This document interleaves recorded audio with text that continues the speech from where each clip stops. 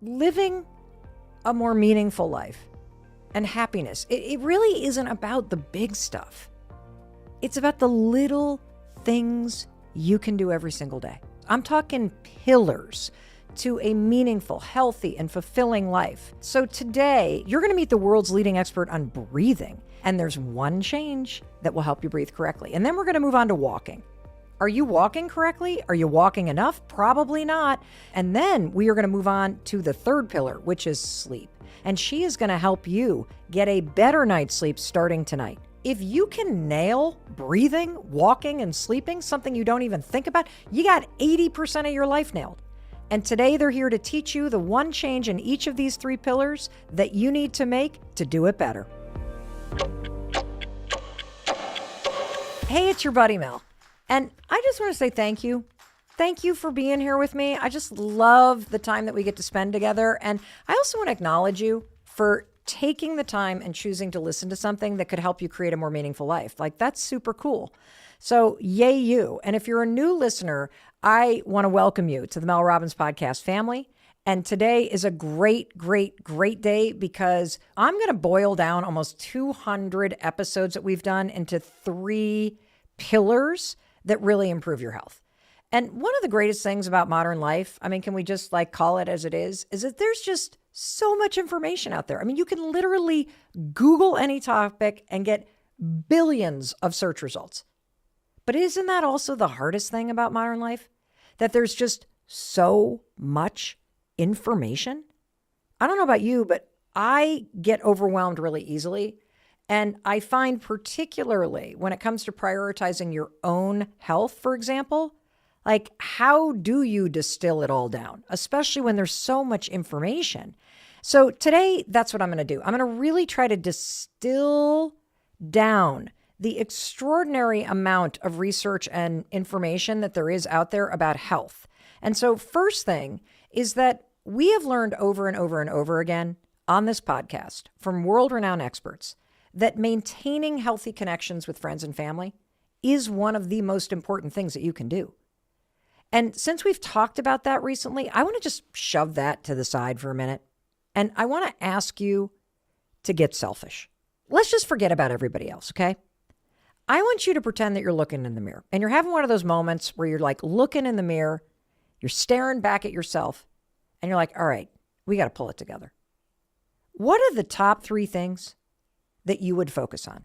For real.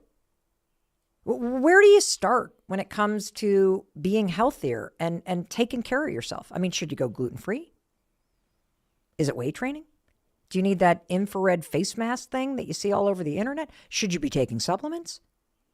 You're talking to the person staring back at you in the mirror. If you had to bottom line it, what are the three most foundational things that you should focus on that will give you the biggest bang for the buck with your overall health? I mean, given the fact that you got limited time to devote to yourself, you're so busy taking care of everyone else, and you're busy at work and you're busy at school, you got little time for you. What are the three things if you had to bottom line it? Well, your friend Mel Robbins is going to bottom line it for you because based on the research, hands down, those three pillars that you need to focus on: breathing, walking, sleeping. Now, when I hear that trifecta, I'm like, are we 80 years old? We're talking breathing, walking, and sleeping? Come on now.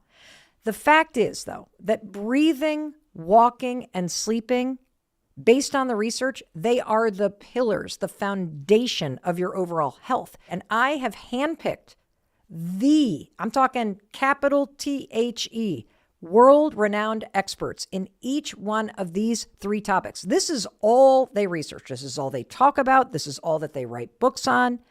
And you're not only going to learn about each of these incredible pillars of better health, breathing, sleeping, walking, but you're also going to learn that you're probably doing it incorrectly. And there are simple changes based on their research and expertise that will help you leverage the power of breathing, walking, and sleeping for your overall health. How cool is that? It doesn't matter how old or young you are. These are changes you're going to make today. You're going to look at that person in the mirror. You're going to be like, we are going to be doing this correctly from now on. In fact, I am going to forward this episode to my children. They are 25, 23, and 19 years old. because you're going to learn that you're breathing wrong. And guess what? My kids are breathing wrong too. So let's start right there. Let's start with breathing. I mean, you know you need to breathe. The second you stop breathing, you die. But I don't think you've ever stopped to consider whether or not you're breathing correctly, whether or not you're doing it as a way to feel better while you're alive. I cannot wait for you to meet Patrick McKeown, who taught me when he first appeared on the Mel Robbins podcast over a year ago that, Mel Robbins, you are breathing incorrectly. I am what researchers call a mouth breather. Well, apparently mouth breathing is a major no-no. And, I don't even need to be sitting with you. I can tell you're holding your breath right now because now you're thinking about your breathing, right? And so as I'm talking about breathing, you're like, am I even breathing? Oh my God, I'm not breathing. Let's change that. Because maybe like I am, maybe you're breathing incorrectly, which is you're always breathing in and out of your mouth. I don't do that anymore. And neither are you. Patrick McKeown will make you close your mouth and open your eyes to a whole new way of breathing. Patrick McKeown is a breathing expert and a fellow of the Royal Society of Biology in the UK. His research is so widely regarded, I don't have time to tell you all the citations and academic stuff. But he is an international best-selling author, all on the science of breathing. Who knew there was so much information about breathing? Patrick's specialized breathing techniques are used by Olympic athletes, top business executives, and the lead singer of Coldplay. Hey now, I want to learn that. And his work with elite military personnel, Patrick teaches snipers how to change mental states and keep a steady hand simply through their breathing. And today, he's here to teach you how to use your breath to stay grounded and relaxed in your day-to-day life by simply breathing the right way. Now, when he first came on the show, he was like, Mel Robbins, you're a mouth breather, and I'm no longer a mouth breather. I'm a nose breather, and you want to be a nose breather because breathing through your nose makes you less stressed, it keeps you calmer, it boosts your overall health. But I'm going to let Patrick McKeown explain why mouth breathing is so bad for you. And one other thing, he not only makes you feel smarter, he's so fabulous to listen to. Wait till you hear his accent. And here's what he said when I asked him the opening question. So Patrick, when it comes to breathing, what are we doing wrong? If you breathe through your mouth, what part of the body moves? So if you look down at your chest, and if you take a breath through the mouth, okay, and as you breathe through the mouth, you'll notice that your breathing is faster and your breathing is more upper chest. Yes, I can't get it down. Like I feel like it stays tight, like just under my boobs. It's like right in there. So, and then we have to ask, well, what effect does that have on the physiology? Well, mouth breathing, faster breathing, and upper chest breathing is activating a greater fight or flight response. So how should we be breathing? Our breathing should be in and out through the nose. When you breathe through your nose continuously, oxygen uptake in the blood increases by nearly 10%. When you breathe through your nose during physical exercise, the gas carbon dioxide is higher in the blood. When carbon dioxide increases and blood pH drops, the red blood cells release oxygen more readily to the tissues and organs. So if you, during rest or during physical exercise, breathe in and out through your nose, you're going to increase not only oxygen uptake, but also oxygen delivery to the working muscles and tissues and organs, including the brain. We can influence the blood flow to the brain by changing our breathing patterns. And it's not about taking the full big breath. My own personal journey was having asthma. I was a mouth breather for years because if we have inflammation in the lungs, that same inflammation will travel up to your nose. And when your nose is stuffy, you're 2 to 3 times more likely to have a sleep problem, to snore, to have obstructive sleep apnea. And of course, this then is affecting your mental health. This is affecting your concentration. This is affecting your attention span. So Mel, this is a topic that doesn't even come top of the list. In actual fact, it doesn't even come on the list. And in the last few years, we've started to see a greater awareness of breathing. And probably because it's too simple. But at the same time, breathing is not that simple. This is the importance of breathing and the importance of knowing how to breathe right. If, for example, we are breathing the way you described during the introduction. And that's kind of the acute panic attack. But say, for example, somebody who's just breathing a little bit faster, Yep. a little bit harder, upper chest breathing, irregular breathing patterns.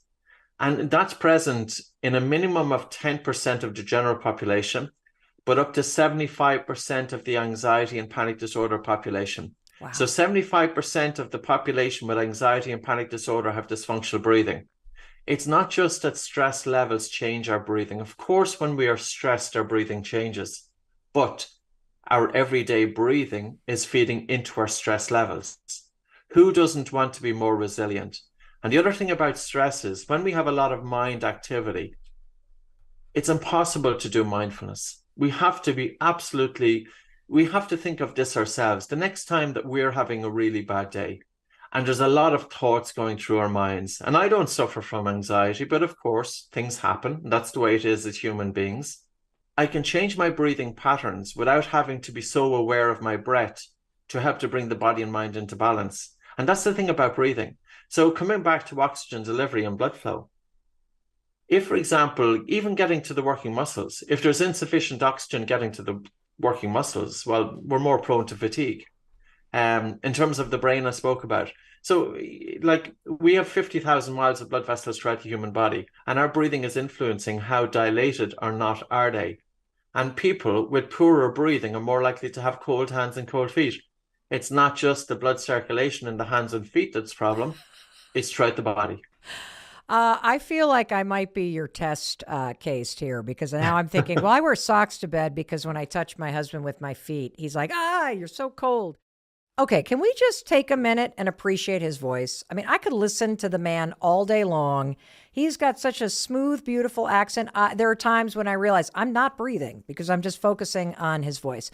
But what I love about what he just taught you is it's so logical and understandable, right? When you hear breathing spelled out like that. And I promise to distill these three pillars. So let me just highlight a few things that I found fascinating. Like, for example, the 50,000 miles of blood vessels and the way your body can make better use of all that oxygen when you're breathing most efficiently, which is through your nose. I mean, it makes so much sense. And I also love that Patrick talks about how stress can make you breathe faster. But breathing faster, like I do when I get stressed, just makes you more stressed.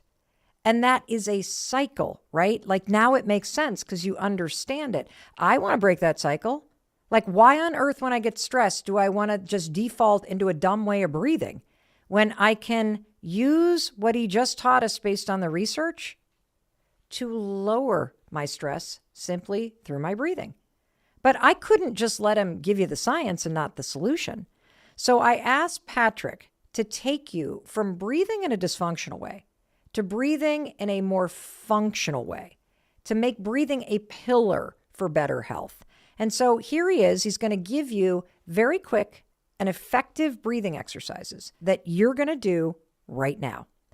These are amazing, relaxing techniques that you're about to learn from a world-class expert. Here's Patrick.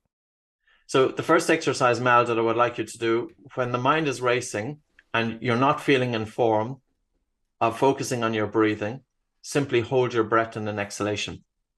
Take a normal breath in through your nose and out through your nose, and pinch your nose and hold for 5, 4, 3, 2, 1. Let go. And just breathe normal now for about 2 to 3 breaths or even 4 breaths. Not to change your breathing, just breathing normal. And again, take a normal breath in through your nose and out through your nose, and pinch your nose and hold. 5, 4, 3, 2, 1. Let go. And now just breathe normal for 3 to 4 breaths. So you're just breathing normal. The small breath hold will help to stimulate the vagus nerve, which secretes a neurotransmitter called acetylcholine, which causes the heart rate to slow down, and the brain interprets that the body is safe. And again, take a normal breath in through your nose and out through your nose, and pinch your nose and hold. 5, 4, 3, 2, 1. Let go. Breathe in through your nose. So now you're just breathing normal for 3 to 4 breaths. And in a couple of repetitions, then I will show you how to go from this to decongesting your nose. And again, normal breath in through your nose and out through your nose. And pinch your nose and hold. 5, 4, 3, 2, 1. Let go and breathe in through your nose. Also, as you hold your breath, nitric oxide is pooling inside your nasal airway. Then when you let go, you're breathing in. You're carrying this nitric oxide into your lungs. Nitric oxide is antibacterial, antiviral. It's a bronchodilator. So for bronchitis, this is your natural way to help open up the lower airways. Last one. And again, normal breath in through your nose, out through your nose. Pinch your nose and hold. 5, 4, 3, 2, 1. Let go. So now we're going to go on to the nose unblocking exercise. Can I ask you a question? Yes. Yes. So when you say breathe normally, you mean not like how we normally breathe. You mean breathe in and out of your nose, right? Correct. Even after the first round of breathing in and out of my nose, and then breathing in and out of my nose, and then pinching and holding for 5, like you really start to feel the pressure that you're not even aware that is built up in your body start to lower. So it had an immediate impact on me. That exercise is very much an exercise we do with people who are prone to high stress, racing mind, panic disorder. Now, the next exercise I'm going to show you will decongest the nose. However, not to do this if somebody is prone to panic disorder or anxiety or pregnant or cardiovascular issues. Oh, okay. Now, despite that, it's actually relatively safe. So I would like you, and do this, you do all of these exercises, you always do them. You tune in to your body and do them to the level that you're comfortable with. Okay. So with this exercise, Mel, you take a normal breath in through your nose and out through your nose, and you pinch your nose, just gently hold your nose and just nod your head up and down, holding your breath. And keep holding your breath. Keep holding. Keep holding. Keep holding your breath. Keep holding. And let go there and breathe in through your nose. So when you do a breath hold after an exhalation, so if you hold your breath after a normal exhalation, that will help to decongest the nose. Now, we need to do it 5 or 6 times. I got worried about how much you were counting. I'm like, how long am I holding this? Oh, my God. So whenever you're ready, take am. a normal breath in through your nose. Only normal. So I'm going to have you just do that again. So remember about the subtlety of the breath. Just a light breath in. Patrick, there's nothing subtle about me. Here we go. Light breath in, everybody. A light breath into your nose and a light breath out through your nose. And just gently hold your nostrils to stop breathing and nod your head up and down as you hold your breath. And keep relaxing into the body as you're holding your breath. Now, it's a very normal thing to hold your breath. Kids, if they go swimming, they'll do breath holds all the time. So it's a very normal human trait to go into the water and hold our breath. Now, as you hold your breath here, it's activating a slight stress response, which will help to open up the nose. And now let go, Mel, and breathe in through your nose. So the key to help decongesting the nose is to hold the breath for at least 30 seconds or so. But I would say when you start off, always start off gentle and just tune in on how is your body reacting to breath holding. I'll tell you what just happened. I literally feel like my nostrils are now the size of a Tootsie Roll. They widened up, and all of a sudden it was super clear because my allergies are starting to kick in, and it worked that second time in particular, like, yeah, no, it's a very reproducible technique. I've used it with thousands of people, and we had a small pilot study involving 26 people at a hospital here in Limerick in Ireland, and a 3-month follow-up. Symptoms of rhinitis, which are stuffy nose and runny nose, etc., had reduced by 70%. But I thought that pilot study, which was published as an abstract, I thought it would lead the way to generate some curiosity into a bigger study. It never happened. And that study took place 10 years ago. But despite that, the exercise works. I don't know. Oh, that was a mouth breath. Oops, I should have gone through my... I don't know about you, but I just love the combination of his voice and those breathing exercises. Don't you feel more relaxed? And I do want to point out that for our fans on YouTube that watch the Mel Robbins podcast, that clip right there that you just listened to is one of our most watched clips from his episode. Like, just loving these techniques. And I could see, don't you, how making it a habit to breathe like that would help you calm your body and your mind down. And so now that you're completely relaxed, you're welcome. Just sit right there in your totally relaxed state, breathing in and out of your nose, and be chill. And you can envision this simple life ahead of you. And when we come back, we're going to move on to a second pillar. We're going to talk about walking. Yep, there is actually a science of walking. And just like breathing, there is a correct way to walk. And you are going to learn what it is. And you're also going to learn the extraordinary benefit of taking a simple walk, how it can affect your personality, your waistline, your social life. I can't wait to introduce you to the world's walking expert, a neuroscientist, and another Irishman named Shane O'Mara, right after we take a short break and hear a word from our sponsors. Make sure you hit send and share this episode with the people that you love. And a little later, after we hit pillar number 2, you are going to learn about how to get the best sleep of your life from one of the world's leading sleep experts. Stay with me. Hey, it's your friend Mel. And because you're here with me on YouTube, I took out my own ad because I wanted to say one thing. First of all, hit subscribe because that really helps support this channel, helps me bring you free videos. Second, make sure you take advantage of this free workbook that I've created as a thank you to you for subscribing to this channel. This workbook is going to help you answer the single most important question you could answer in life, which is, what do you really want? It's a surprisingly hard question to answer, but now it's not, because you have the science-backed approach that I use in my work, in my marriage, in my life to help me get to the truth about what I actually want.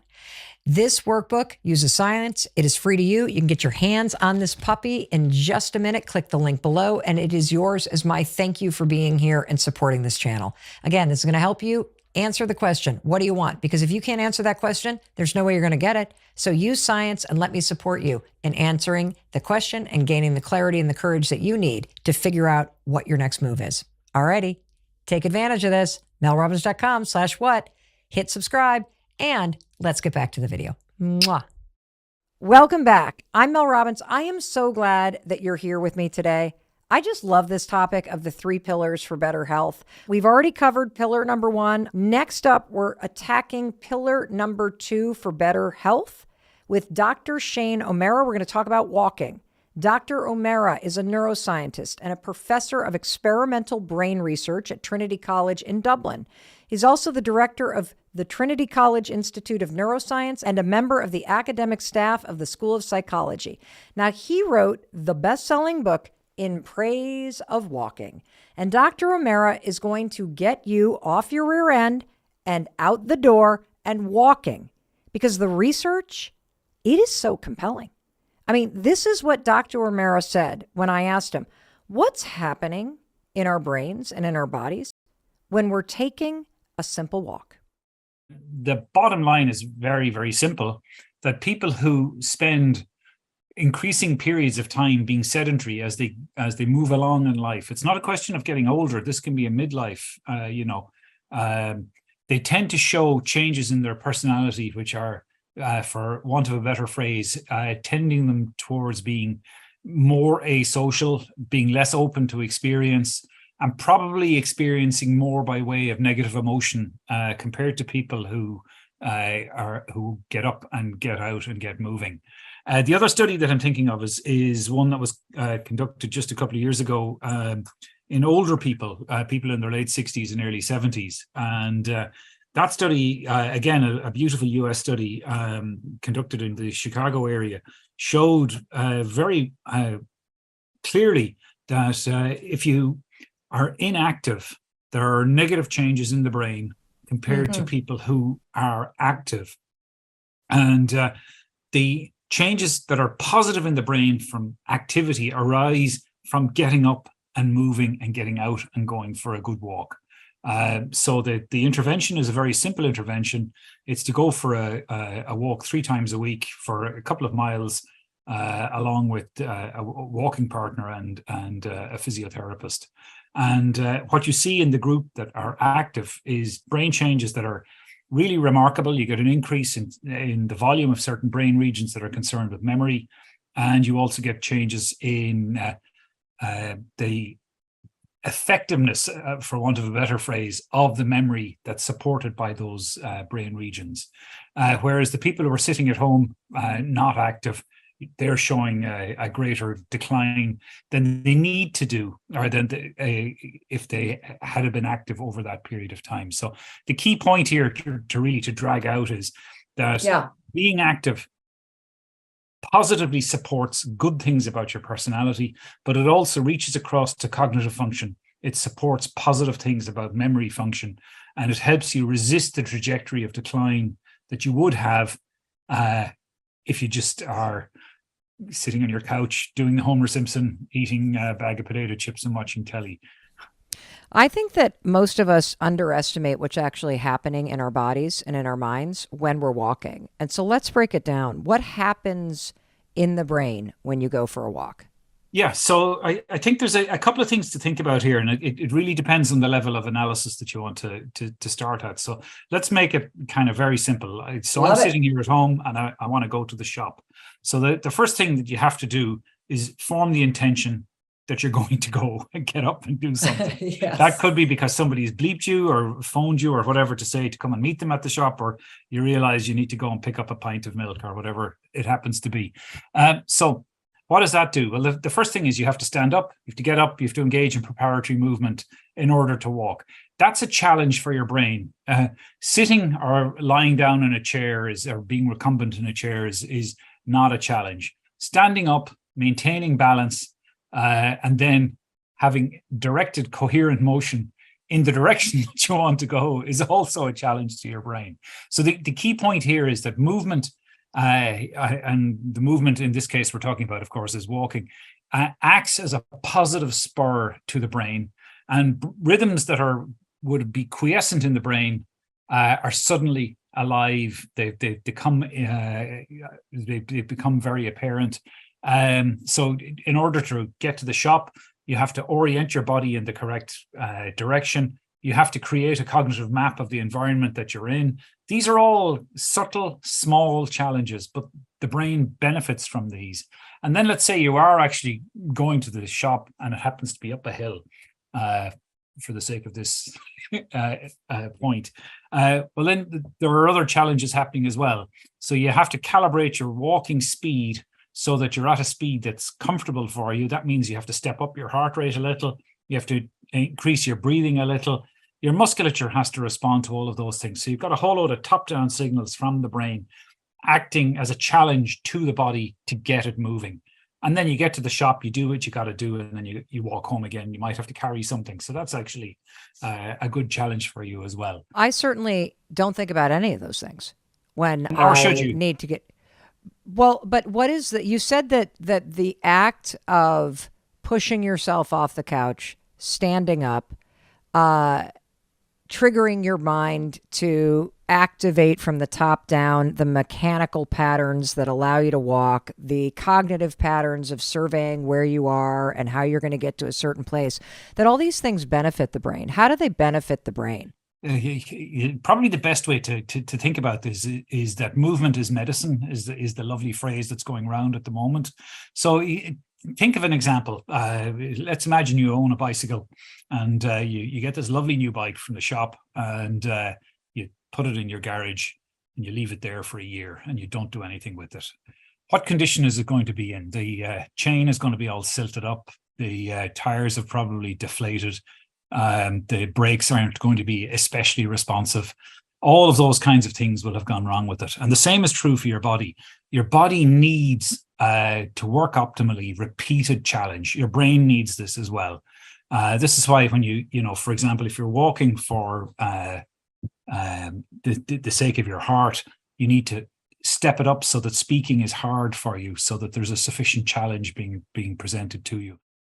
I freaking love it. Don't you just love it when people dork out on this kind of stuff? Like, I feel smarter. I almost feel like I got my lab coat on and we're standing like in a lab researching all this stuff as he's talking science and this and studies. But, here's the thing. I'm the kind of person, and I know you are too, who just like, can you bottom line it for me? Give me a goal, okay?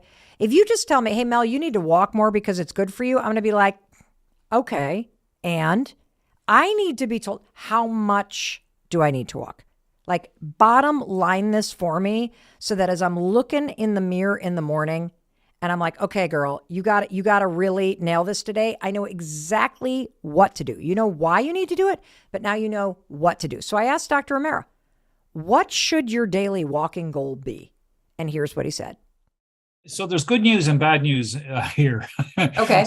So the good news is that you don't have to do a half hour. You don't have to do 40 minutes in one burst. In fact, the good news is that lots of small bursts distributed right throughout the day is actually probably the best thing for you. Lots of low-level activity distributed right throughout the day with rest periods. So the advice to get up and walk for 2 minutes every half hour or whatever is really good advice, rather than sitting at your computer for that time. You can get a benefit from a 2-minute walk? Even from a little bit of activity. You don't need to do a lot, but you do need to do some. Now, here's the bad news.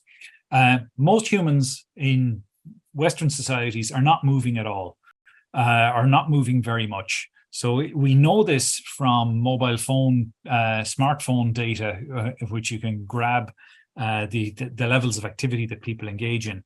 And what you see in Western societies, Ireland, the US, the UK, France, and all the rest of them, is sadly that people don't walk very much.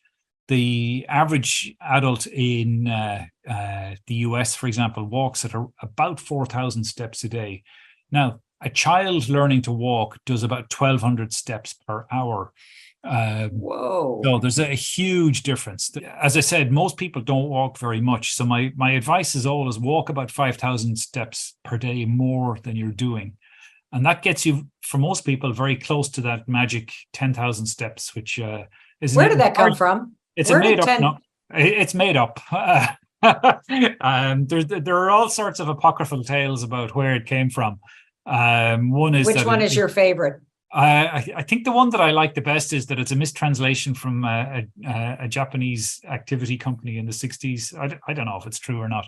However, what we do know is that if you look at what's called all-cause mortality, your likelihood of dying of anything rises the more inactive that you are, and it falls the more active you are. So at somewhere between about 4,500 and 7,500 steps per day, people's all-cause mortality falls quite substantially, something like 30 or 40%. You must turn on your mobile phone and find out how many steps you're walking per day, because most people don't know. Okay. So that's the first thing you need to do. Okay. And what you'll find for most people, most of the time, is that they're not walking very much at all. It's probably around 3,000 or 4,000 steps a day. And that increases your chances of dying younger of something unpleasant.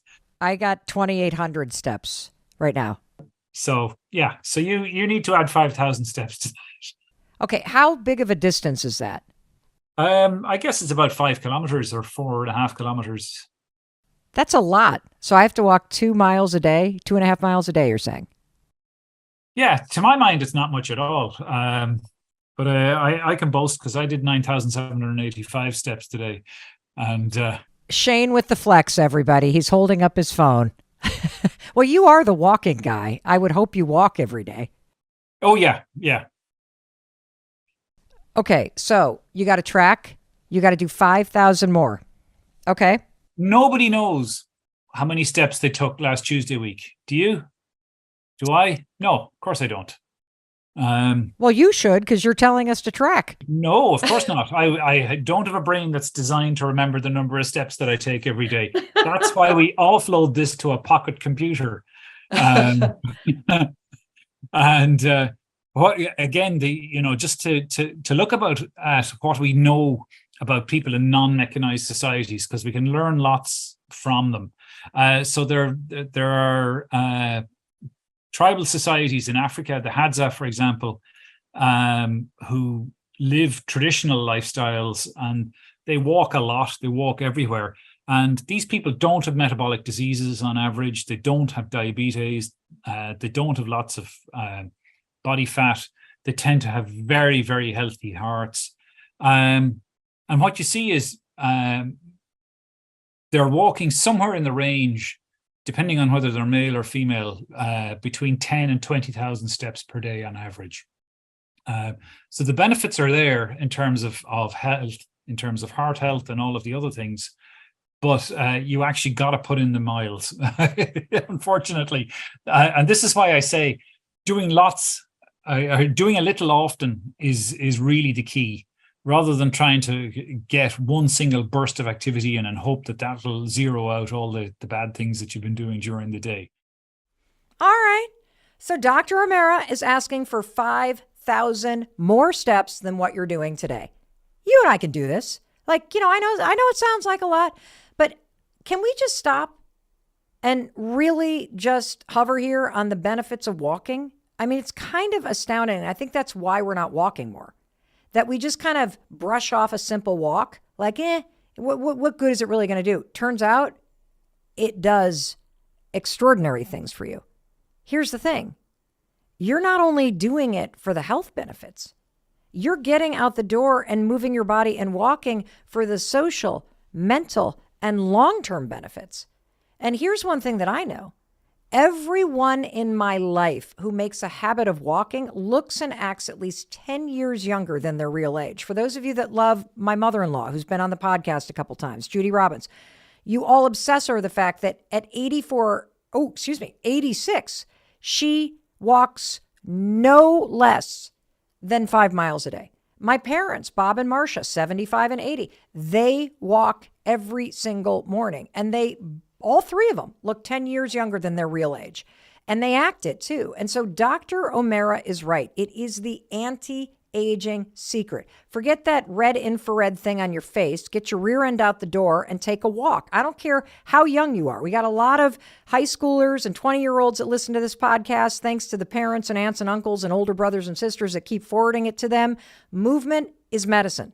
And I see it in my own life. And in fact, you do this when you're on vacation, don't you? You make the time for this because going on a long walk on the beach, it feels fantastic. Going on a hike on a weekend, it feels fantastic. One of the ways that I have incorporated this into my life is I have a walking group. When I moved to Southern Vermont after living in Boston for 26 years, I met a bunch of women and we started a walking group. And now on Wednesday mornings, we walk it out together. And I will tell you something. It has made a big difference in my social life. It gets me out the door, knowing that I am going to be seeing a group of smiling, friendly faces at 6:30 in the morning, particularly when it is like 20 degrees and dark, like, the pits of hell up here in the middle of winter. It gets me out the door. It gets me moving. It keeps me social. And there are walking groups everywhere.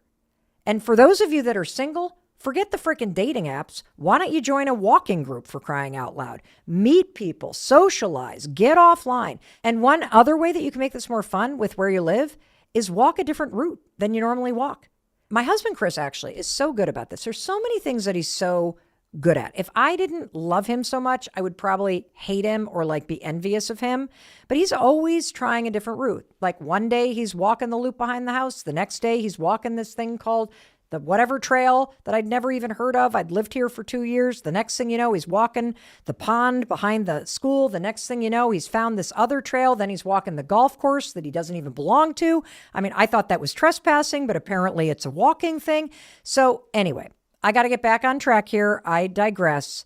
Walking is a really important pillar in your life. And can you tell I'm excited about it? I geek out about this stuff too. I love dorking out about this stuff because when I know why it matters,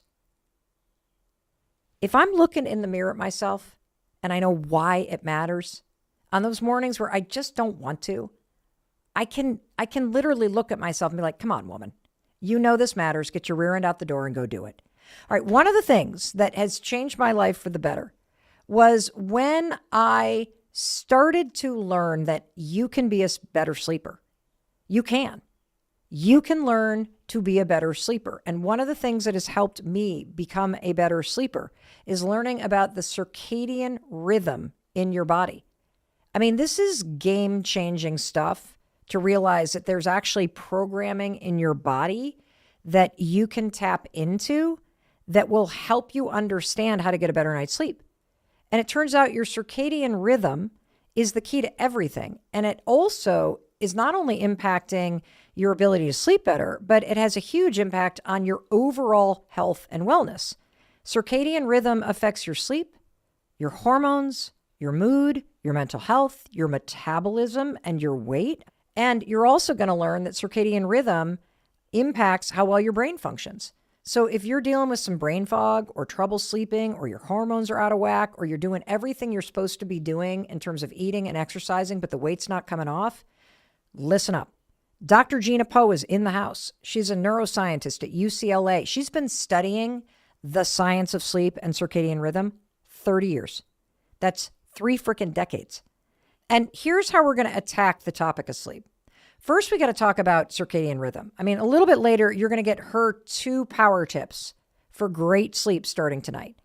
But you got to first understand the research and hear how she explains your circadian rhythm and why you need to know about it, because it plays a fundamental role in your ability to sleep well. Here's me asking Dr. Poe about the circadian rhythm. Every cell in our body has a clock in it. And these clocks are aligned by a master clock in our brain called the suprachiasmatic nucleus, SCN for short. And that nucleus is reset every day by light coming in through our eyes. And is our clock running on a 24-hour cycle? Or? Roughly. And that's why it needs to be reset every day, because everybody's clock is a little bit, the period is a little different. And okay. Bright light in the morning. And so that tells you time 0. Oh, yeah. So when you wake up in the morning, whether it's raining or it's cloudy or it's a bright sunny day, that is, the clock hits 0 in terms of your brain going, okay, the day has started? Yeah. So you really do need to control your light exposure to make sure your timekeeper sets it to the world that you need it to be.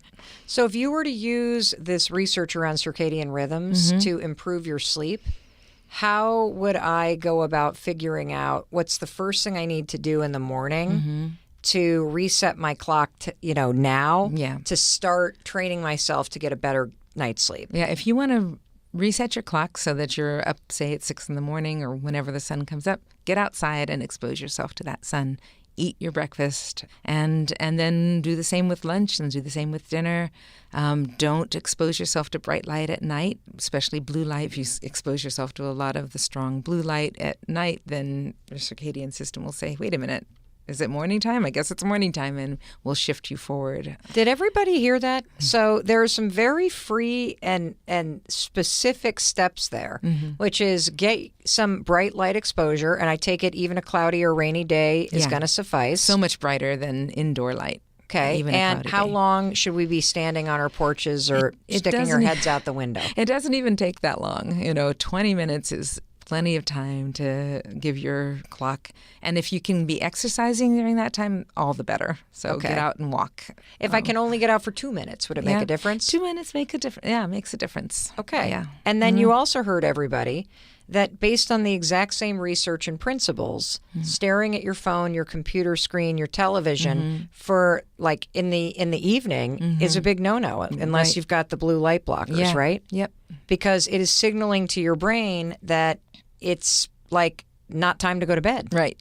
That's right. Which makes a lot of sense. Yeah, it says it's morning. Yes. I should be awake. I mean, it makes perfect sense when she explains it like that, right? And so now that you've got this like baseline understanding of why your circadian rhythm really matters and why getting light first thing in the morning is important and how it impacts your ability to get better sleep, you now need to hear Dr. Poe's answer to the next question I asked her, which is, Dr. Poe, as a sleep researcher, what are your best tips on getting better sleep starting tonight? Here's her answer. It really helps you sleep better. Why? It's thought to be because you are warming your periphery and vasodilating your hands and feet because Whoa, that they're sounds nice and warm. sexy. Vasodilated. That's what I'm going to say to Chris. Chris, I'm going to go vasodilate my hands and feet in a hot bath, honey. Right, yes. And vasodilation is good because what that does is it then helps cool your core, which is something that happens as you fall asleep. The core of your body cools by 0.5 degree, something like that. And people get the best night's sleep if they can have warm hands and feet out there exposed to the air, helping to cool your core. So that's great. Also, to have a great night's sleep, exercise during the day. Our bodies are made to exercise. They are made to move. And if we get a good time of exercise where our blood is racing and our hearts are pounding and our breathing is deep, then for some reason, and we don't know exactly why, it might be due to adenosine buildup or needing growth hormone, and the signals your body gives you says we need to repair ourselves. It gives you a really wonderful night's sleep. So those two things are beautiful. So I promised that this was going to be an episode where I bottom line this stuff. And so let me distill those 4 tips that Dr. Poe just shared with you that are going to help you get a better night's sleep starting tonight. So number 1, you now know light in the morning to reset your circadian rhythm. It's okay if it's a cloudy day. You just got to get that UV into your eyes. Got it? Good. 2nd, exercise during the day. 3rd, a warm bath at night. And 4, not too much caffeine. That's it. That's it. World-leading researcher. You do those things, you're nailing the 3rd pillar of health, which is sleep. You will start to get better sleep starting tonight. And you know what I think is really cool about all of this advice is that it's from a sleep researcher. I mean, Dr. Poe studies these behaviors in her lab. She has so many academic citations, and here she has boiled it all down. So while the advice may be things that you've heard before, this isn't like your mom or your friend Mel going, hey, dude, just take a hot bath and you're going to sleep better. No, this is a scientist with 30 years of experience studying sleep. And I'm underscoring that because I want you to take this seriously. From the UV exposure and sunlight first thing in the morning, to moving your body and exercise, to limiting caffeine, to the warm bath, take it seriously. Like, look at the person in the mirror and be like, dude, we're doing this. Try it for a week and you will feel better. And there's one thing that Dr. Poe said when she first appeared on the Mel Robbins podcast that I had never heard before. And it made me understand in an instant why you sleep. And more importantly, it made perfect sense once she said it. And once you hear this, you're never going to cheat yourself out of the sleep that you need. You're going to take those 4 tips that she just gave you and you're going to put them into your life. Here is what Dr. Poe said as she was explaining how you get what she calls a junkie brain. And more importantly, based on the research, what Dr. Poe says that you need to do to avoid it once you realize you have a junkie brain. And so here's what I asked her to set this up. I was basically like, so Dr. Poe, it's a sleep cycle. And that's how this junkie brain thing came up. And so I'm asking Dr. Poe, what is a sleep cycle and why should we care? On average, it's 90 minutes, and that's when you go from N1 to N2 to N3 to N2 to REM. It's called a deep sleep. And what's the purpose? What is actually happening in your body when you're in that 3rd phase and the wave is happening? Yeah. So that's a time when we know that our brain is cleaning itself, actually. Wait, what? Yes. It's cleaning itself? Yeah, it's cleaning itself. Of what? Of all the junk that builds up during the daytime when we're awake and alert. What kind of junk builds up? Well, proteins get unfolded and, so things break down, energy is used. all of that gets restored in that deep state of sleep. If you eliminate the deep, slow wave sleep part, the N3 state, the cleaning part, you will wake up with a junky brain and not be as efficient and able to handle the day. Oh my gosh. Like, I can't get that image of the Zamboni out of my head. I'm thinking about the night after Oakley's high school graduation, and this place looked like, it had been a frat party all night. We got to get the Zamboni in to clean it up. And you need the Zamboni in your brain to clean up that junky brain. And, when I was talking with Dr. Poe, here was the thing I just couldn't stop thinking about. You're designed to sleep well. Like, you were actually born with the wiring to nail this pillar. It's part of your hard wiring. Same with breathing, by the way, and same with walking. And what I loved about Dr. Poe is that, when it comes to breathing and walking, you don't really sit around and go like, I'm a lousy breather, I'm a lousy walker. Like, you don't trash yourself. But I bet you have had periods in your life, and maybe you're going through one of them, where you literally are bashing yourself for being, quote, bad at sleeping. And she's here to tell you, no, you're not bad at sleeping. You're actually designed to sleep well. And now that you understand the wiring and you understand circadian rhythm and you understand the 4 tips that she gave you based on the research, and all you got to do is do what Dr. Poe just told you to do, and you can let your brain and your body take over and do what it was made to do. Don't you just love the smart design of your body?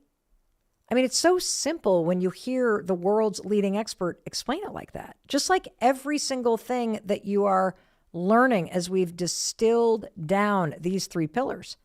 You've learned that breathing low and slow through your nose helps you decrease anxiety and be more present and make more efficient use of the oxygen. You've learned that walking helps you stay not only physically fit, but it also helps you stay mentally fit by decreasing anxiety as your eyes scan the horizon. I mean, just thinking about closing your mouth and breathing through your nose, you can almost feel yourself relax and be calmer. And you also learned from the world's leading sleep researcher, Dr. Poe, the secrets. It's circadian rhythm hacking. You got to get in the UV rays in the morning. Got to exercise and move your body during the day. And by the way, you now know from Dr. O'Mara that it's just 5,000 additional steps a day. So get it in. A warm bath at night, which is this sort of like wind down routine. Not too much caffeine. Limit the screens. There you got it. It's simple stuff. But this is what I love about what you just learned today. Breathing, walking, sleeping. They are the pillars of your health. And if you're not doing it correctly, it is negatively impacting your health. But when you take the simple things that we've just distilled for you today from the world's leading experts, you know that what you're doing is you're making your life, your health, and your happiness all a priority by simply doing these basic things. How freaking cool is that? I told you I would bottom line it for you, but we're not quite done. And here's why. Because knowing what to do is never enough. Based on the research, when it comes to motivation and behavior change, you got to have a why. You got to know why you need to do it at an even higher level, right? Otherwise, you're not going to do it. And the reason why these 3 pillars matter so much is because they all impact stress. They all impact your overall health. And when you're not breathing right, it causes stress. When you're not walking those extra 5,000 steps, it causes stress. When you're not sleeping, it causes stress. And now you know how to walk, breathe, and sleep well. Now I want you to hear from Dr. Neha Sangwan, who's a medical doctor, an engineer. She is also a best-selling author and researcher on the topic of stress. I want you to listen to Dr. Neha Sangwan because you're going to hear her talk about the relationship between your stress level and disease.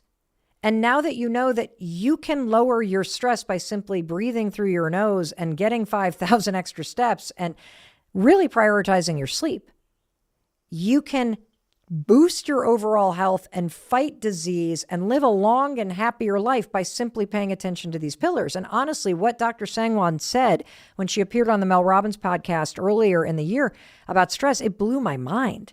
Here's what Dr. Sangwan said. I found that stress causes or exacerbates more than 80% of all illness. Wow. And when I realized that, I came back in the hospital and I was like, hey guys, I figured out that stress causes or exacerbates more than 80% of all illness. Why are we not asking our patients once we've physically stabilized them? Let's ask them what's at the root of their stress. And my colleagues, one at a time, gave me some version of this.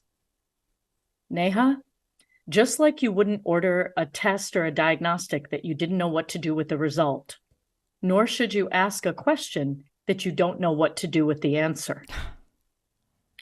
And I'm telling you, Mel, I got angry. I got sad, and I almost got emboldened.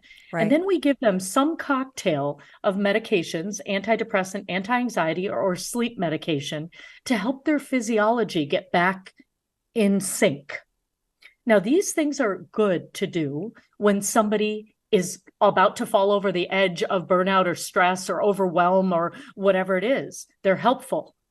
But as a long-term strategy, 1 month later, we send them back in the ring for round 2 with no new awarenesses of how they got there or tools to fix it. But I want to make sure the person listening really gets the takeaway, which is the root cause of 80% of the diseases and the health issues that people have can be traced back to the stress in their life. Mm-hmm. And you are also saying that the majority of the stress that you have control over, that is what is contributing to you getting sick and unhealthy and feeling anxious and stressed, and that there is a solution. So tell us these 5 questions that you ask the people that you work with, Dr. Neha. The 5, I call it the awareness prescription. Okay. Question number 1, why this? Why a heart attack? Why not your liver or your left leg? Why has this part of your body broken down? And whatever comes to you is the right answer. Okay. Question number 2, why now? Why not 3 years ago? Why not 2 weeks from now? What is the message that you needed to get in this moment that you were not getting? Question number 3, since hindsight's 2020, what clues, symptoms, patterns that didn't make sense now make perfect sense? Question number 4, what else in your life needs to be healed? Oh, that's the doozy. And question number 5, if you spoke from the heart, what would you say to me? And so every patient knew what was at the root of their stress. They knew why they were sick. They knew what they needed to do. And there's not a single patient, thousands and thousands of them have done it. Here's the best part, Mel. My patients' families weren't the ones that started writing me after this. The patients themselves would show up in the hospital cafeteria, would write me letters themselves and say things like, hey, doc, you remember that lifelong migraine medication I was on? I only need half the dose. Hey, doc, it's the first time in 5 years I've slept through the night without back pain. Hey, doc, I only need, a third of my anxiety medication now. I think I'm making progress. And they had started to do their own work. What they wanted was that sacred exchange that we have an opportunity to have with one another, where I was willing to slow down and ask them the real questions, and they were willing and open to answer. So, in addition to everything that you've learned, I love what she just said. You've got to do the work to de-stress yourself. That taking proactive steps to de-stress your life is about longevity. It is about happiness. It is about you being healthy. It is how you create a more fulfilling life because you're creating a healthier you.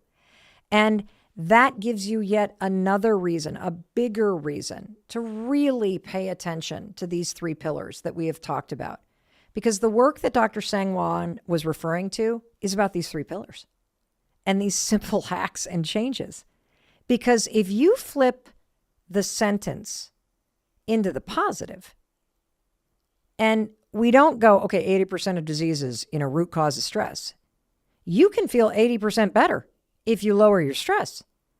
Why wouldn't you want to do that? So as you are looking in the mirror at the person staring back at you, and you are going, okay, where do I start? What do I do with the limited time that I have in order to make myself feel 80% better, in order to be happier and healthier?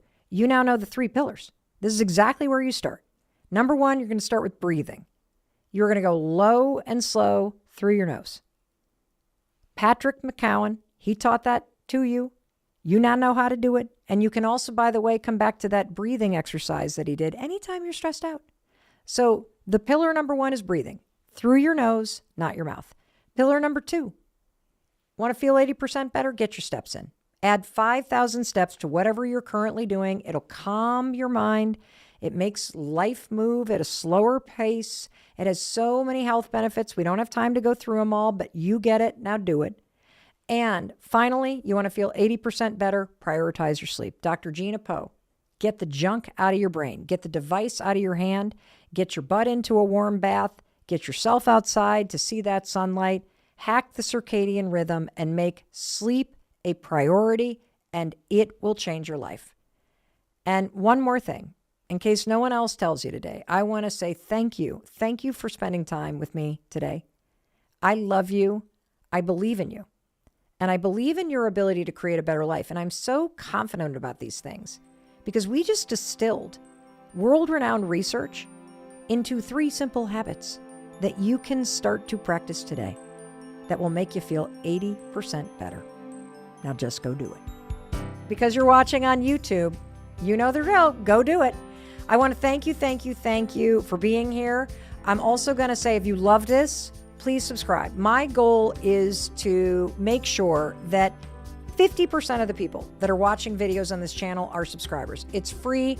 You're not going to get stalked by me. It literally is the only way that you can show me that you love these videos, and it's a way that you can support me in bringing you world-renowned experts for free. Every single day we're launching new videos. So thank you for taking the time to do that. Thank you for sharing this.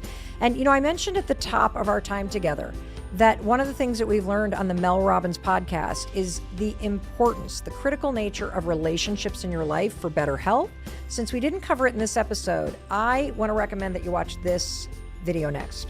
This is an in-depth interview with Harvard's Dr. Robert Waldinger, where he unpacks 86 years of research from Harvard about the power of connections in your life and how to create better ones. You're going to absolutely love this. Bring your tissues. It's super profound and powerful and actionable, all the things that you love.